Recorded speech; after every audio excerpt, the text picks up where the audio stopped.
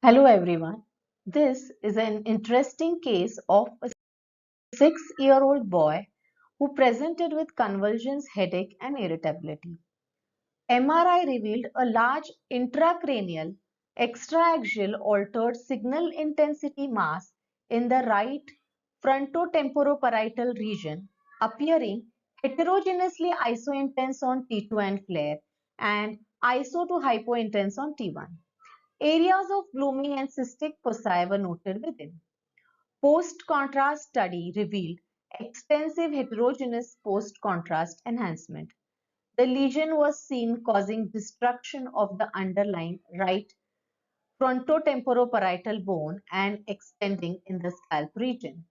The intracranial extraaxial portion of the mass measured 7.8 into 4.1 into 8.3 centimeters and the extracranial portion measured 5.3 into 1 into 4.8 centimeters. These are the intraoperative findings as informed by Dr. Arihant Patil from Meerut. A bone-destructing tumor was expanding subgallally. The tumor was invading predominantly through dura. It was highly vascular, soft to firm with variegated appearance. So this is what we received in the lab.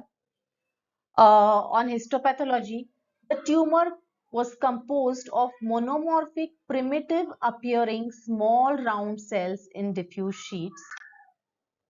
The cells had high nucleocytoplasmic ratio, round nuclei, delicate chromatin, and scanty amount of clear to eosinophilic cytoplasm. The mitotic activity was increased, and these are the areas of necrosis.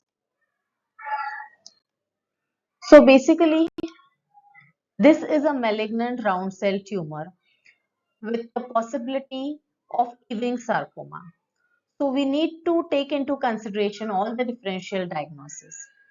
So for in the supratentorial region, it could be the embryonal tumors, that is atypical teratoid rhabdoid tumor, CNS high-grade tumor with BCOR internal tandem duplication, mesenchymal non-meningothelial tumors such as Ewing sarcoma, rhabdomyosarcoma, intracranial mesenchymal tumor with FET-CREB fusion, KIC rearranged sarcomas, and primary intracranial sarcomas. So we went ahead with immunohistochemistry. CD99 was nicely positive. NKX 2.2 and PAX7 showed strong nuclear positivity, and FLY1 was positive, nuclear positive. INI1 was retained in the nuclei of the tumor cells. OLIC2 GFAP was negative, which ruled out glioma. Synaptophysin tomogranin negativity ruled out possibility of glioneuronal and embryonal tumors. Ki67 proliferation index was high, about 25 to 28%. So taking into consideration NKX 2.2, PAX7, CD99, and FLY1 positivity, a diagnosis of Ewing sarcoma CNS WHO grade 4 was given. So what happened? This patient refused to undergo treatment. He refused to take adjuvant chemo and radiotherapy and lost follow-up and came back with a large recurrence and pseudomeningocele after 5 months. So these are the MRI of the recurrence. Ewing sarcoma of the nervous system is a small round cell sarcoma containing fusion of one of the FET family gene with the ETS family gene. So the most common fusion is between EWSR1 with the FLY1 genes, and this fusion can be demonstrated by NGS. Ewing sarcoma is most common in children and young adults who are less than 20 years of age with a slight male preponderance, and it corresponds to CNS WHO.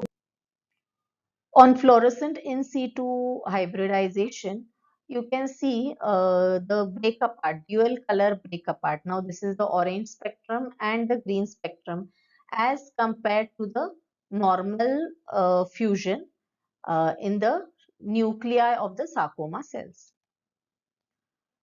Now, these Ewing sarcoma are about 12% extraosseous tumors, and a small percent of subset involves craniospinal axis, mostly meningeal, that is intracranial or paraspinal, and or peripheral nerve associated masses that involve cauda equina.